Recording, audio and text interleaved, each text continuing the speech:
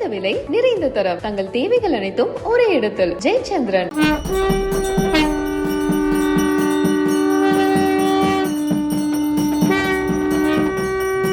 இன்னைக்கு மனிதர்கள் வந்து ஒரு உன்னதமான இடம் எதுன்னா ருத்ரபூமி தான், சுடுகாடு தான். என்னை கேட்டால் தான் சொல்லுவேன்.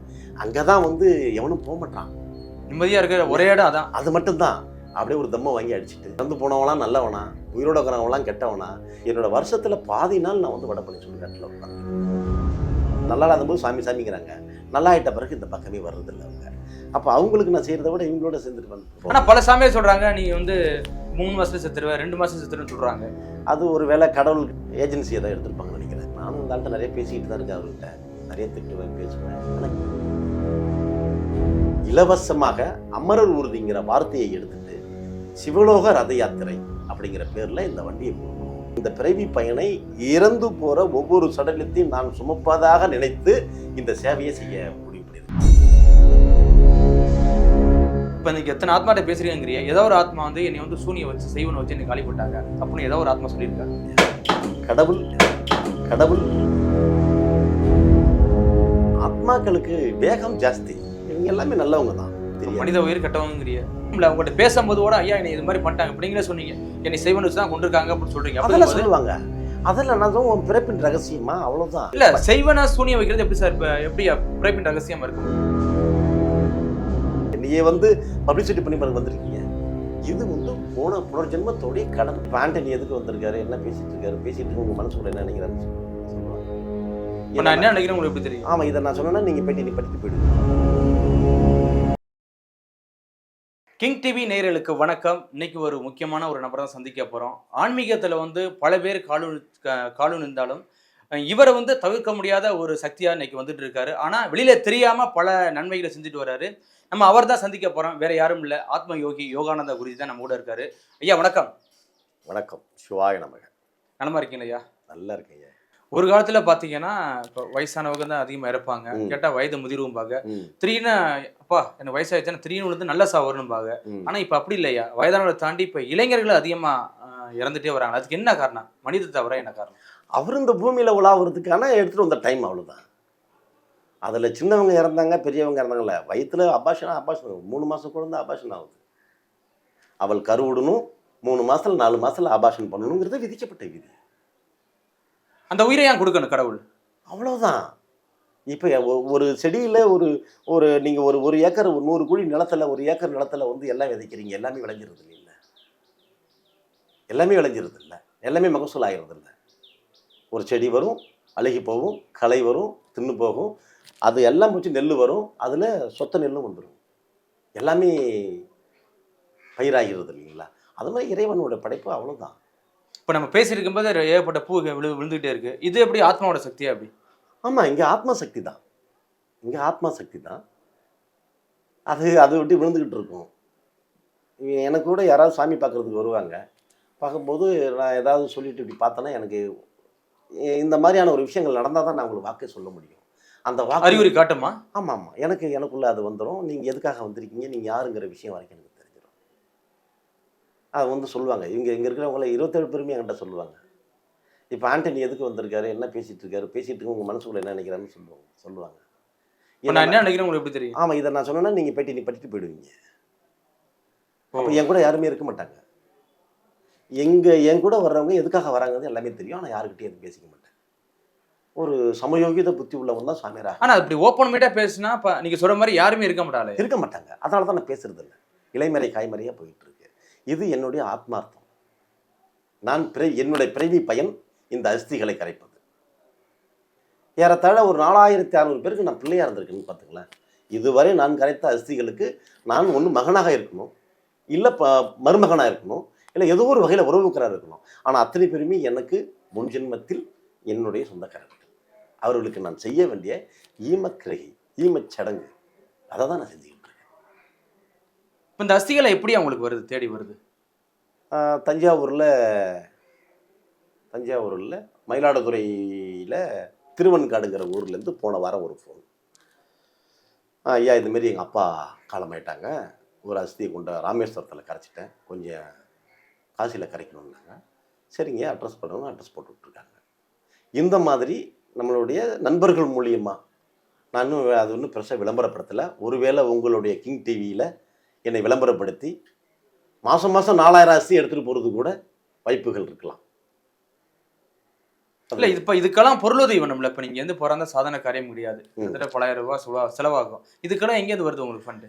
அஸ்தி கொடுக்குறவங்க சில பேர் பணம் கொடுப்பாங்கய்யா, சில பேர்கிட்ட பணம் இருக்காது.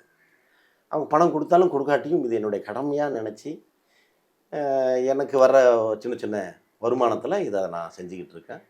இதை தாண்டி தினமும் ஒரு 200 பேருக்கு ஒரு நித்திய அன்னதானம் என்னுடைய ஆசிரமத்தில் விருகம்பகத்தில் இருக்கிற என்னோடய ஆஃபீஸ் வாசலில் மதியம் 1:30 மணிக்கு நான் அன்னதானம் போட்டுக்கிட்டு இருக்கேன். பல சாமிகளை பார்க்குறேன், ஆனால் உங்களை இது வரைக்கும் எந்த சோசியல் மீடியாவில் பார்த்தது கிடையாது. என்ன காரணம்? நீங்கள் வந்து வெளியில் வரலையா, இல்லை பப்ளிசிட்டி வேணான்னா உள்ளே இருக்கீங்களா? அப்படி விளம்பரம் வேணாம், பப்ளிசிட்டி வேணான்னு இருக்கேன். ஏன்னா நான் செய்கிற வேலை அந்தமாரி வேலை இல்லை. இந்த மரணத்துக்கு பிறகு தான் பெருவாழ்வுங்கிறது சில பேருக்கு தெரியாது. நான் உயிரோடு இருக்கிற நிறைய பேர் என்கிட்ட வராங்க, தாயத்து போட்டுக்கிறாங்க, பரிகாரம் பண்ணிக்கிறாங்க.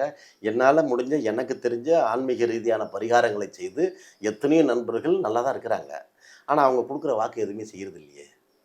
நல்லா இருக்கும்போது சாமி நல்லா இல்லாதபோது சாமிங்கிறாங்க. நல்லா ஆகிட்ட பிறகு இந்த பக்கமே வர்றதில்லை அவங்க. அப்போ அவங்களுக்கு நான் செய்கிறத விட இவங்களோட சேர்ந்துட்டு வந்துடுவேங்க. கண்ணுக்கு தெரியாத இவங்கள்ட்ட பேசி சிரிச்சுட்டு போடுவேன். இவங்க என்னை குறை சொல்ல போகிறதில்ல, என்னை இங்கே குற்றம் சொல்ல போகிறதில்ல, இன்னை எதுலேயும் என்னை சிக்க விட மாட்டாங்க. அவங்கள பொறுத்த வரைக்கும் நான் எஜமான அவங்களுக்கு. இன்றைக்கி நான் வாழ்ந்துக்கிட்டு இருக்க வாழ்க்கையே அவங்களுடைய ஆசீர்வாதம் தான். ஏன்னா அவங்களும் சுயநலத்தோடு தான் இருக்காங்க.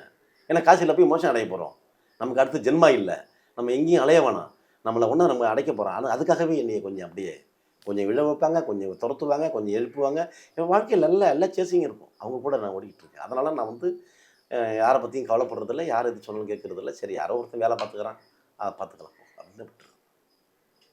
உங்களை வந்து பார்த்தவங்க நீங்கள் பார்த்தோன்னே கண்டுபிடிச்சிருக்கீங்களா அவருக்கு இத்தனை அதே சாவு வரப்போகுது? இல்லை, கண்டுபிடிச்சிருக்கீங்களா? இல்லையா, அந்த நிலை நம்ம இன்னும் போகல. அதாவது ஒருத்தவனுக்கு இறக்க போகிற செய்தி தெரிஞ்சதுன்னா வாழ்க்கை மரணமானது, மரணத்தை விட கொடுமையானது. அப்படி ஒரு அந்த நிலைக்கு நான் இன்னும் போகல. ஆனால் பல சாமியார் சொல்கிறாங்க நீ வந்து 3 மாதத்துல செத்துருவ, 2 மாதம் செத்துருன்னு சொல்கிறாங்க. அது ஒரு வேளை கடவுள்கிட்ட அது என்ன சொல்லுவாங்க, ஏஜென்சியை தான் எடுத்துருப்பாங்கன்னு நினைக்கிறேன். அடுத்து நான் தான் கடவுள்னு அவதாரம், எனக்கு சாவது தெரியும், பிறகுறது தெரியும்னு. அதெல்லாம் எனக்கு தெரியல. நானும் இந்த ஆள்கிட்ட நிறைய பேசிக்கிட்டு தான் இருக்கேன். அவர்கிட்ட நிறைய திட்டுவேன், பேசுவேன். ஆனால் கேட்குறத கொடுப்பாரு. பட்டு அந்தமாரி ஒரு சக்தி எனக்கு இன்னும் கொடுக்கல. ஒருவேளை வந்ததுன்னா கண்டிப்பாக கிங் டிவி கூப்பிட்டு நான் அந்த உங்களுக்கு சொல்கிறேன். தன்மையை பிரகடனப்படுத்திக்கிறதுக்காக அதெல்லாம் சொல்கிற வார்த்தைகள். இப்போ சமீப காலமாகவே நிறைய சாமியார்கள் வந்து வெளியில் வர ஆரம்பிச்சிருக்காங்க. என்ன காரணம் ஐயா? உண்மையான சாமியார்களா? ஏன்னா பல பேர் தீவலாம் வாங்கிருன்னு சொல்கிறாங்க. அவங்களாம் உண்மையான சாமியார்களா? இல்லை எப்படி அது இது எப்படி எடுத்துக்கிறது? இல்லை, சாமியார்களை பற்றி நம்ம விமர்சிக்க வேணாம். வேண்டாங்கிறிய வேணாம். அவங்க ஆத்மார்த்தமான ஒரு வேலையை பார்க்குறாங்க, அவ்வளோதான். அவங்களுக்கு தெரிஞ்சதை அதை பண்ணுறாங்க. அதையே நம்ம விமர்சிக்கணும் வேணாம். என்னுடைய பணி, என்னுடைய சிந்தனை, என்னுடைய சொல்லும் என்னுடைய செயலும் எப்போதும் சதா இறைவனை நோக்கி இருக்கும். காரணம், எனக்கு 49 வயசு ஆகுது. 40 வயசு வரைக்கும் எனக்காக நான் என்னெல்லாம் வாழணுமோ அத்தனை தவறுகளும் செய்திருக்கிறேன், அத்தனை நல்லது பண்ணியிருக்கிறேன், அத்தனை தவறு பண்ணியிருக்கிறேன். அவ்வளவும், அதாவது 20இல் ஆடாமல் 60இல் ஆட போகிறது இல்லைங்கிறதுக்காக 40 வயசில் ஒருவேளை நான் இப்படி சாமியார் ஆக போகிறோங்கிறதுனாலையோ என்னால் முடியாத காரியங்களும் செய்து பார்த்துருக்கிறேன். பரவாயில்ல, சாமியார் ஆகிட்டு இப்படி ஓப்பனாக பேசுகிறீங்களே. அவ்வளோ இதில் ஒன்றுமே இல்லையே. நான் அனுபவித்தது தானே, என் ரணவேதனை தானே. நான் இன்னைக்கு சாமியார் ஆனது காரணம் நான் அனுபவித்த, நான் பார்த்த குற்றம், நான் கேள்விப்பட்ட குற்றம், என் காட்சி பிழை. அதை இன்னொருத்தன் வாழ்ந்துடக்கூடாது, இன்னொரு போயிடக்கூடாது. அதுக்காக வந்து என்னால் முடிஞ்ச நான் மைக்கு பிடிச்சி மேடை போட்டு யாருக்கும் சொல்கிறதே இல்லை. என்கிட்ட வரவங்களுக்கு அன்பாக இந்த உபதேசத்தை பண்ணி என்னால் முடிஞ்ச நன்மையை செஞ்சுக்கிட்டு தான் இருக்கிறேன். இப்போ நீங்கள் வந்து இடையில அமரர் உறுதியெல்லாம் கொஞ்சம் வச்சு ரன் பண்ண போகிறேன் அப்படின்னு சொல்லியிருக்கீங்க. ஆமாம், என்ன காரணம்? அது வந்து 38 மாவட்டம், 234 தொகுதி, 12,620 பஞ்சாயத்து போர்டு இருக்குது. எல்லா இடங்களிலுமே இந்த பொதுமக்களின் சேவைக்காக இலவசமாக அமரர் ஊர்திங்கிற வார்த்தையை எடுத்துட்டு சிவலோக ரத யாத்திரை அப்படிங்கிற பேரில் இந்த வண்டியை கொடுக்கணும். அந்த வண்டியில் என்னுடைய ஃபோட்டோவை போட்டு இந்த பூமியில் இறந்து போகிற ஒவ்வொரு உடலையும் நான் தாங்கி நான் இங்கேருந்து மயிலாடுதுறைக்கோ நாகப்பட்டினத்துக்கோ நாகர்கோவிலுக்கோ கன்னியாகுமரிக்கோ போய் ஒரு பாடியை தூக்கி போட முடியாது. ஆனால் நான் இந்த பிறவி பயனை இறந்து போகிற ஒவ்வொரு சடலத்தையும் நான் சுமப்பதாக நினைத்து இந்த சேவையை செய்ய முடிவு பண்ணியிருக்கிறேன். அந்த வண்டியில் கூட பார்த்தீங்கன்னா, நீ யார் என்பதை நான் அறியேன், என்னையும் கடந்து போ அப்படிங்கிற வாசகத்தோடு இந்த வண்டியை, இந்த வாகன ஊர்தியை எல்லாருக்கும் கொடுக்கணும், அதில் எல்லாரும் பயன்பெறணுங்கிறது என்னோட ஆசை. ஐயா, இப்போ இந்த அஸ்திகள் நீங்கள் வந்து கொண்டு வந்து காசியில் கரைக்கிறீங்க. அந்த இப்போ ஒரு சடலம் எரியுதுன்னா அதில் வந்து எந்த பார்ட்ஸோட அஸ்தியை நீங்கள் எடுப்பீங்க? இல்லை, எரிஞ்சு சிதைஞ்ச பிறகு அது எந்த பார்ட்ஸ் நம்மளால் கண்டுபிடிக்க முடியாது. ஒரு 100 கிலோ எடை உள்ள ஒரு மனிதர் இறந்தாலும் ஒரு சொம்பு தான் அஸ்தி. அது எல்லாமே சாம்பலாயிடும். இப்படியே தள்ளி தள்ளி தள்ளி பார்த்தீங்கன்னா அந்த எலும்பு மூட்டு அந்த மாதிரி எரியா இருக்கிற பார்ட்ஸ் இருக்குது பார்த்தீங்களா, அது மட்டும்தான் அது அஸ்தியாக எடுத்து மிச்சம் இருக்கிற மிஞ்சி போனால் 90 கிலோ எடை உள்ளவன் இருக்கப்படுகிற வந்து ஒரு சொம்பு தான். ஒரு 1/2 கிலோ 3/4 கிலோ தான் மிஞ்சும். அவருடைய வாழ்க்கையே சொம்புல அடங்கிடும். அந்த சொம்புல பார்த்தீங்கன்னா அவனுடைய 90 கிலோவை எடுத்துகிட்டு போய் நம்ம அஸ்தியை பண்ண முடியாது. அந்த எரிஞ்சு சாம்பலாகும் போது மிஞ்சி இருக்கிற எலும்புகள், எரியாமல் மிஞ்சி இருக்கிற எலும்புகள் மட்டுமே தான் அது அஸ்தியாக சொல்கிறோம். நம்ம அதை எடுத்துகிட்டு போய் தான் நம்ம வந்து கங்காவிலையும் சமுத்திரத்துலேயும் கரைச்சிட்டு வந்துக்கிட்டு இருக்கிறோம். ஆனால் இதில் வந்து பார்த்தீங்கன்னா அந்த சடலத்தை எரிக்கும் போது, ஒரு குறிப்பிடல எரியும் போது அந்த உடல் வந்து எந்திரிக்குது அப்படிங்கிறாங்க. அது வந்து என்ன காரணம்? அது உடம்பு நம்ம நல்லா இருக்கும்போது ஓடி இருக்கும், உடையாந்துருக்கும், கையை மடக்கிருக்கும், காலம் மடக்கிருக்கிறோம். எல்லாமே வந்து ஸ்ப்ரிங் டைப் தானே. நம்ம பாடியை வளைஞ்சு கொடுக்கலாம், எல்லாத்தையுமே வளைஞ்சு நான் ரோபா கிடையாது அப்படியே போகிறதுக்கு. அப்போது வந்து பார்த்திங்கன்னா அந்த உயிர் போன தழுவாயில் உடம்பு விரைச்சி போயிருக்கும், தோண்டு போயிருக்கும், அந்த ரத்த ஓட்டங்கள் நின்று போயிருந்திருக்கும். நின்று போகும்போது அது சூடுபடும் பொழுது அந்த தோண்டு போயிருக்கிற இந்த நரம்புகள் எலும்புகள் எரிகிறதுக்கு தயாராகும்போது விரைக்க தானே செய்யும். ஒரு பச்சை குச்சியை நீங்கள் அடுப்பில் வச்சாலும் அந்த பச்சை குச்சி கூட அது எரிய தயாராகும்போது வெளியும்.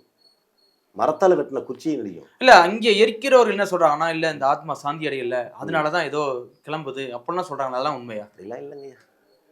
ஃபோல்டிங் டைப் உள்ள எந்த பொருளை நீங்கள் போட்டாலும், மனுஷனை மட்டும் இல்லை, ஃபோல்டிங் டைப் உள்ள எந்த பொருளை போட்டு எரித்தாலும் அது நீளும் மடங்கும். அதுதான் அதோட இது. அதெல்லாம் எரியறது எழுந்திருக்கிறது பொறுத்து இல்லை. அது மனிதன் வந்து நடந்து பழக்கப்பட்டவன், ஓடி பழக்கப்பட்டவன், மடிஞ்சு நடிஞ்சு உட்காந்து வேலை செஞ்சு பழக்கப்பட்டவன், அந்த உடம்பு எப்படிலாம் ஸ்ப்ரிங்காக வளைஞ்சி நம்ம மடியும் போல் பண்ணுற இது வந்து அது அந்த சூடாகும் பொழுது அப்படி எழுந்திரிக்க தான் செய்யும், கால் தூக்க தான் செய்யும். அதுக்கு தான் அவர்கள் என்ன பண்ணுவாங்கன்னா, காலில் வந்து எல்லாத்தையும் கம்பி போட்டு கட்டிட்டு எழுந்திரிக்க முடியாமல் அது ஒரு காலகட்டங்கள் பயமுறுது. இன்றைக்கி சுடுகாட்டிலே வீடு கட்டி குடும்பம் பண்ணிகிட்டு இருக்காங்க. சென்னையில் பல இடத்துல அப்படி தான் இருக்குது. ஆமாம், சென்னையில் இல்லை, இன்றைக்கி எல்லா இடத்துலையுமே போய் இன்றைக்கி மனிதர்கள் வந்து ஒரு உன்னதமான இடம் எதுன்னா ருத்ரபூமி தான், சுடுகாடு தான். என்னை கேட்டால் தான் சொல்லுவேன். அங்கே தான் வந்து எவனும் போக மாட்டான், நிம்மதியாக இருக்கிற ஒரே இடம் அதான். அது மட்டும்தான். நானும் இப்போ மட்டும் இல்லைங்கய்யா, நான் லௌலிக வாழ்க்கையில் இருக்கும் பொழுது, சாதாரண மனுஷ வாழ்க்கையில் வாழும் பொழுது நான் அதிகமாக என்னையை வந்து ரெஸ்ட் எடுக்க வச்ச இடம் வந்து சுடுகாடு தான். வடபழனி சுடுகாட்டில் பலமுறை போய் ஏதாவது ஒரு சமாதியில் போய் உட்காந்துப்பேன். அங்கே போய் எந்த மந்திர உச்சாடனமும் கிடையாது, என்னமோ எனக்கு பிடிக்கும். போய் 10 நிமிஷம் அமைதியாக உட்காந்துக்கிட்டு அப்படியே ஒரு தம்மை வாங்கி அடிச்சுட்டு, என்னடா வாழ்க்கை, இறந்து போனவங்களாம் நல்லவனா, உயிரோட இருக்கிறவங்களாம் கெட்டவனா, யாரு தான் என்னங்கிற புரியும். எனக்குள்ள நிறைய புலம்பல்கள். என்னோட வருஷத்தில் பாதி நாள் நான் வந்து வடபழனி சுடுகாட்டில் உட்காந்துருக்கிறேன். ஏன்ப்பா ரொம்ப நேரம் உட்காந்துருக்கேன் கிளம்புலாம் சொல்லியிருக்கிறாங்க. அந்தமாரி ஒரு காலகட்டங்கள் தான். ஆனால் அந்த இடத்துக்கு முன்னே ஒரு நிசப்தம் இருக்கும், அங்கே ஒரு அமைதி இருக்கும். ஆனால் அது போயிட்டு வந்த பிறகு பார்த்தீங்கன்னா எனக்கு நிறைய பிரச்சனையில் இருப்பேன். அந்த பிரச்சனையில் அங்கே போய் நான் சுடுகாட்டில் உட்காந்து 2 ஊதுபத்தி வாங்கி, அங்கே ஹரிச்சந்திரன் சிலை வச்சு வழிபாட்டு இருக்குது, அந்த ஹரிச்சந்திரனுக்கு போய் 2 ஊதுபத்தி ஏற்றிட்டு அவருக்கு மேலே சாரை கும்பிட்டுட்டு அந்த 10 நிமிஷம் உட்காந்தோன்னா அன்றைக்கி எவ்வளோ பெரிய பிரச்சனை இருந்தால் வெளில வந்துடுவேன். அது என்ன ஏதுன்னு எனக்கு இன்ன வரைக்குமே அது உணர தெரியல. அதன் வழியாக அந்த வேலையை எடுத்தேன்னா அந்த எனக்கு கிடைச்சதா தெரியல. இதை வந்து நான் ஒரு வேலையாகவோ ஒரு ஏதோ செய்யணுங்கிறதுக்காகலாம் செய்யலை. என்னோடய பிறவி பயனாக இதை நான் செஞ்சுக்கிட்டு இருக்கேன். நீங்கள் சொல்கிற கரெக்டு தான் ஐயா. ஒரு பச்சிளம் குழந்தை இறந்துச்சுன்னா, குறிப்பாக தலைச்சம்புள்ள இறந்துச்சுன்னா, அது அந்த மண்டவோடு வந்து எடுத்துகிட்டு போகிறதுக்கு ஆள் நிறையா இருக்குது அப்படி. அதெல்லாம் உண்மையா? இல்லை, அது எல்லாமே உண்மை தான். அந்த டாபிக் நமக்கு வேணாம். அது வந்து மந்திரம் மாந்திரிகம் அப்படிங்கிற மாதிரி அது ஒரு செக்ஷன் போயிட்டே இருக்கும். நம்ம பேச ஆரம்பிச்சோன்னா நிறைய போயிட்டுருக்கோம். அது வேணாம், அந்த வேலையை நம்ம செய்கிறது இல்லை. செய்கிறவங்கள பற்றி ஏன் நம்ம பேசிக்கிட்டு இருக்கோம்? இல்லை, உண்மையிலுமே இந்த அதெல்லாம் உண்மை. பணம் எரிச்சத்துலேருந்து பார்த்தீங்கன்னா அந்த எண்ணெய் வடியும், அதெல்லாம் மாந்திரிகத்தை பயன்படுத்துகிறேன்னு சொல்கிறாங்க. இல்லை, அதெல்லாம் உண்மைதான். உண்மை இல்லை, அது எல்லாமே உண்மைதான். எல்லாமே உண்மைதான். அதை நாம் செய்கிறது இல்லை. அதனால் அதை பற்றி நம்ம பேசலாம். எத்தனையோ நண்பர்கள் மார்ச்சியூரில் இருக்கிறாங்க, இது போல் வந்து தகனமேடையில் இருக்கிறாங்க. அவங்க எல்லாம் இந்த மாதிரி ஒருத்தன் கேட்டான் போனான்னு எனக்கு வாக்கு சொல்லிக்கிட்டே இருப்பாங்க. என்னுடைய நண்பர்களும் நிறைய சுவாமியார்கள், மந்திரவாதிகள், மாந்திரிகர்கள் நிறைய பேர் இருக்கிறாங்க. அவங்களே இதெல்லாம் கேட்டிருக்கிறாங்க. ஒரு சில பேருக்கு நானே வாங்கி கொடுத்துருக்குறேன். பட் நம்ம அதில் ஈடுபடுறதில்ல. இல்ல அப்ப இந்த உலகத்துல வந்து செய்வினை, ம். அதுக்கப்புறம் சூனியம் வைக்கிறது இதெல்லாம் உண்மைதானே ஐயா? எல்லாமே உண்மை. இல்ல பலது ஃபோர்ஜரி, இது வந்து காசை அப்படிங்க ஏமாத்துறாங்க. அனுபவிச்சவங்களுக்கு மட்டும்தான் தெரியும். இல்ல எப்படி அப்ப உங்க மேல எனக்கு கோவம் வருதுன்னா நான் வந்து அடிக்கலாம். அதை வந்து மாந்திரிக ரீதியா எப்படி உங்களை வந்து காலி பண்ண முடியும்? அதெல்லாம் பல பேருக்கு பல குணங்கள சந்தேகம் வருது ஐயா. இல்லை இல்லை, அது எல்லாமே உண்மைதான். எல்லாம் உண்மையான சம்பவம் தான். இப்ப நீங்க எத்தனை ஆத்மாட்ட பேசுறீங்கிறியா? ஏதோ ஒரு ஆத்மா வந்து என்னை வந்து சூனியம் வச்சு செய்வனை வச்சு என்னை காலி பண்ணிட்டாங்க அப்படின்னு ஏதோ ஒரு ஆத்மா சொல்லியிருக்கா? சொல்லியிருக்கேன். இப்படி தான் செஞ்சாங்க, இவன் தான் செஞ்சான வரைக்கும் எனக்கு கல்யாணம் கட்டி. அதை சொல்லணும்னா இப்போ அந்த குடும்பம் அவனை வெட்டும். அது என்னுடைய வேலை இல்லை. அவங்களும் ஆத்ம சாந்தி ஏற்படணும், அவ்வளோதான். இப்ப எல்லாருமே இந்த செய்வனை சூனியம் இதுல போயிட்டா அப்ப கடவுள்ன்ற ஒரு சக்தி இல்லாம போயிருமே. இல்லையா, கடவுள்னு ஒன்று இருக்குதுன்னு சொன்னால் எதிர்மறை சக்தின்னு ஒன்று உண்டு. பாசிட்டிவுக்கு நான் வைப்ரேஷனை விட நெகட்டிவ் ஜாஸ்தி தான் இருக்கும். உண்மை ஒருபோதும் உங்களுக்கு வந்து சீக்கிரம் ரீச் ஆகாது. அதெல்லாம் உண்மைதான்யா. கடவுள் அதெல்லாம் உண்மைதான்யா. கடவுள் அதெல்லாம் நடக்கும். என்ன ஏதோ அதெல்லாம் நடத்திட்டே இருப்பாங்க அவங்க. சம்மந்தமே இல்லை, யாரும் ஆட்டல. ஆமா, எப்படி விழுவுது? ஆமாம், இவங்க எல்லாமே இந்த மாதிரியான அசம்பாதங்கள் நடந்துட்டு இருப்பாங்க. அதை மூடி காண்டு விழுது, அதை டச் பண்ணல. அப்படிங்கும்போது எல்லாமே செய்வாங்க அவங்க. சில நேரம் ஆத்மாவோட சக்தி, ஆத்மாக்கள் தான். இவங்க எல்லாமே நல்லவங்க தான். அவங்களுக்கு ஒன்றுமே தெரியாது. மனித உயிர் கெட்டவங்கிறிய இல்லை,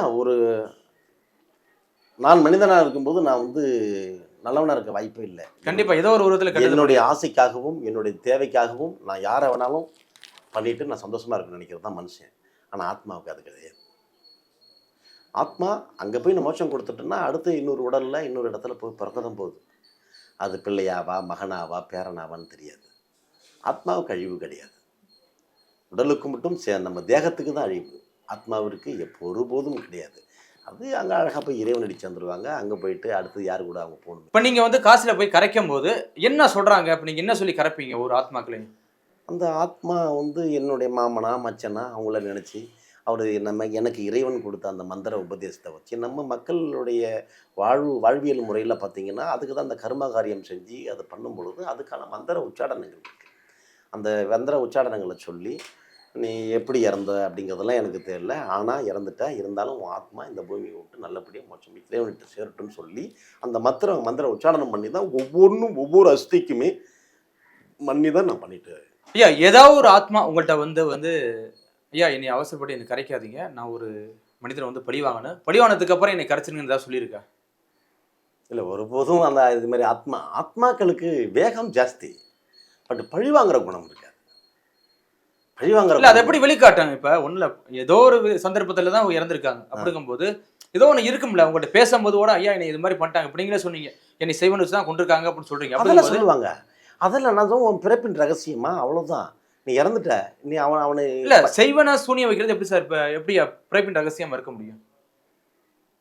ஆமாம், நீங்கள் நானும் பேசுறது வந்து பிறவி ரகசியம் போது நான் உங்களுக்கு செய்வனை வைப்பதும் நான் உங்களுக்கு சூனியம் செய்வது ஏன் ரகசியமாக இருக்கக்கூடாது? பிறவி ரகசியமாக இருக்கக்கூடாது. இன்னைக்கு வந்து இறைவன் அவனின்றி ஒரு அணுவும் அசைவதில்லை. இன்னைக்கு நீங்கள் நானும் சந்திச்சோம்னா அது இறைவனுடைய ரகசியம், என்னுடைய பிறப்பின் ரகசியம், அவ்வளவுதான். இன்னைக்கு என்னை ஒருத்தர் பேசிக்கிட்டு இருக்கான், சம்மந்தமே இருக்காது, என்னை ஒருத்தன் குறை சொல்கிறான்னா அவன் என்னுடைய புனர்ஜென்மத்தில் நான் பாதிக்கப்பட்டிருப்பேன், என்னால் அவன் பாதிக்கப்பட்டிருப்பான். இதை தாண்டி வேறு எதுவுமே இல்லை. இன்னைக்கு நான் பார்க்குறவங்க எல்லாருமே, நான் மயிலாடுதுறை ஒரு ஏழை விவசாயிக்கு 5வது மகனாக பிறந்த நான், இன்னைக்கு என்னை சுற்றி இருக்கிறவங்க என் அம்மாவோ எங்கள் அப்பாவோ எங்கள் அண்ணனோ யாருமே கிடையாது. யாருன்னே தெரியாத எங்கெங்கேயோ பிறந்தவங்க தான் என்னை அப்பாங்கிறாங்க, சித்தப்பாங்கிறாங்க, மாமாங்கிறாங்க, குருஜிங்கிறாங்க. எல்லா சூழ்நிலையும் என் கூட இருக்கிறவங்க யாருமே என் கூட பிறந்தவங்களே என்னை பெற்றவங்க இல்லை. இது எல்லாமே விதிக்கப்பட்ட பயணம், விதிப்படி தான் பயணம். இன்றைக்கி அதை உங்களை கூட என்ன உறவுக்காராக தான் பார்க்குறேன். ஏதோ ஜென்மத்தில் நீங்களாலும் தொடர்பு இருந்திருக்கிறோம். அப்போது என்னடா அவர் இந்த சாமி யாருன்னே தெரியாமல் இவ்வளோ வேலை பார்த்துக்கிட்டு இருக்காரு, இவரை கொஞ்சம் வெளியே உலகம் தெரிய வந்தால் நிறைய ஆத்மாக்களுக்கு மோட்சம் கிடைக்குமே, இவருக்கும் 4 காசு கிடைக்குமேங்கிற நோக்கத்தில் தான் நீங்கள் வந்திருக்கீங்க. என்னையே வந்து பப்ளிசிட்டி பண்ணி வந்திருக்கீங்க. இது வந்து புனர்ஜென்மத்தோடைய கடன். நீங்கள் எனக்கு செய்ய வேண்டியதை கிங் டிவி மூலமாக என்னை விளம்பரப்படுத்துறீங்க. இது உறவு தொடர்பு, ஜென்மாந்திர தொடர்பு. காரணம் காரியம் இல்லாமல் நீங்களும் நானும் சந்திக்க இயலாது. இதுதான் உண்மை. கிட்டத்தட்ட பல மாதங்களாக தொடர்பு கொண்டு இன்னைக்கு தான் வந்திருக்காங்க. ஆமா, அது அப்படிங்கும்போது இதுதான் நிலைக்கப்பட்ட ஒரு இதா அப்படி இல்லை. இப்போ கூட உங்கள்கிட்ட பேசிக்கிட்டு இருக்கேன், என்னை வந்து பிரேக் பண்ணிட்டு தான் இருக்கிறாங்க. ஏன் பேசுகிற, நிப்பாட்டு, வானா அவனை அனுப்பு அப்படின்னு சொல்லிட்டு தான் இருக்காங்க. ஐயா, மனித ஜென்மத்துல வந்து கிட்டத்தட்ட சொல்லுவாங்கல்ல 7 ஜென்மம் இருக்கு, இருக்கையில மனித பிறவிக்கு தான் 7 ஜென்மம் இருக்கு அப்படிங்கிறாங்க. உங்கள்கிட்ட வந்து பேசும்போது அது எப்படியா நம்ம கண்டுபிடிக்கிறது, உங்களுக்கு இத்தனை ஜென்மம், 2வது ஜென்மம், 3வது ஜென்மான்னு? ஆமாம், அது வந்து ஆத்மாவை வந்து ஆராய்ச்சி பண்ணக்கூடிய நிலையில் நான் இன்னும் இல்லை. அதுக்கான வேலையை வெகு சீக்கிரமாக ஆரம்பிக்கிறதுக்கான நூட்கள்லாம் படிச்சுக்கிட்டு இருக்கேன். அதுக்கான எனக்கு கைடன்ஸ் தேவைப்படுது. இப்போ இறைவன் கொடுத்த, ஆண்டவன் கொடுத்த வேலையை செஞ்சுக்கிட்டு இருக்கேன். கூடிய விரைவில் ஆத்மாக்களோடு அந்த ரகசியம் இன்னும் தெரிஞ்சுக்கிட்டு, அது எனக்கு அவங்க உத்தரவு வரணும். என்னைய பற்றி நீ சொல்லு அப்படின்னு சொன்னால் நாளைக்கு நான் சொல்லிடுவேன். அவங்க இதில் எதுவுமே இது எப்படி இறந்தாங்க, ஆமாம், எப்படி இறக்கப்பட அவங்க எனக்கு சொல்லணும். அவங்க எனக்கு சொல்லணும். இது எதுவுமே நான் வந்து என் குருநாதர் எனக்கு மந்திர உபதேசம் கொடுத்து, என் குருநாதர் ஒரு புத்தகத்தை கொடுத்து, ஒரு குருநாதர் ஒரு நூலை கொடுத்து, இதன் வழியாக இதை செய்யணும்னு சொல்லிட்டு நான் செய்யலை. இது எல்லாமே இறைவன் வந்து என் கனவில் என் காதில் ஒதுக்கப்பட்ட மந்திர உபதேசத்தை தான் செஞ்சுக்கிட்டு இருக்கேன். இதில் அவங்கள நான் இன்னும் ஆராய்ச்சியே பண்ணல. ஆனால் என்னமோ தெரியல, இவங்கெல்லாம் வந்து யாரும் என்னை எந்த தொல்லவும் பண்ணுறதில்ல. ஆனால் விளையாடுவாங்க. அந்த விளையாட்டு எனக்கு சோதனையாக மாறிடும். அந்த விளையாட்டு பல நேரங்கள் வேதனையாக மாறிடும். ஆனால் இருந்தாலும் அடுத்த நிமிஷம் வந்து ஐயா கிட்ட வந்து ஒரு 10 நிமிஷம் உட்காந்துட்டு அகத்தியர் உச்சாடனத்தை போட்டோன்னா, அகத்தியர் குருவை கூப்பிட்டு ஐயாவை கூப்பிட்டு அப்படி போட்டோன்னா அது எல்லாமே ஆஃப். ஐயா, உங்களுடைய அடுத்த கட்ட பணிகள் என்னையா? அடுத்த கட்ட பணிகள், இந்த இறந்து போகிறவங்களுக்கு பாரபட்சம் இல்லாமல் அனைவரும் இந்த ருத்ரபூமிக்கு போகிறதுக்கு என்னால் முடிந்த சேவையை இலவசமாக அமரர் ஊர்தி என்று பெயரில் இயங்கி வரும் அந்த வண்டிக்கு சிவலோக ரத யாத்திரையினை பெயர் வைத்து அதனை இலவசமாக எடுத்துகிட்டு போய் செய்ய வேண்டிய ஒரு கடமை. இது சமூகம் சார்ந்த சேவை, ஆன்மீக பணியாக இதை கருதுகிறேன். நாம் கொடுக்க போகும் வண்டி இந்த மாதிரி தான் இருக்கும். அந்த வண்டியில் என்னுடைய உருவம் பதிக்கப்பட்ட இந்த வண்டியில் சிவலோக ரத யாத்திரையினை எழுதப்பட்டு அதன் கீழே நீ யார் என்பதை நான் அறியேன், என்னையும் கடந்து போ என்ற வாசகத்தோடு இந்த இறுதி ஊர்வலம், ஒரு மனிதனின் இறுதி ஊர்வலம் எனது மீது நானே சுமப்பதாக நினைத்து இந்த வண்டியை வழங்க திட்டமிட்டுள்ளோம். கண்டிப்பா ஐயா, உங்க பணி சிறக்க வாழ்த்துக்கள். மிக்க நன்றியா. வாழ்க. சிவாய நமக. குறைந்த விலை, நிறைந்த தரம், தங்கள் தேவைகள் அனைத்தும் ஒரே இடத்தில். ஜெயச்சந்திரன்.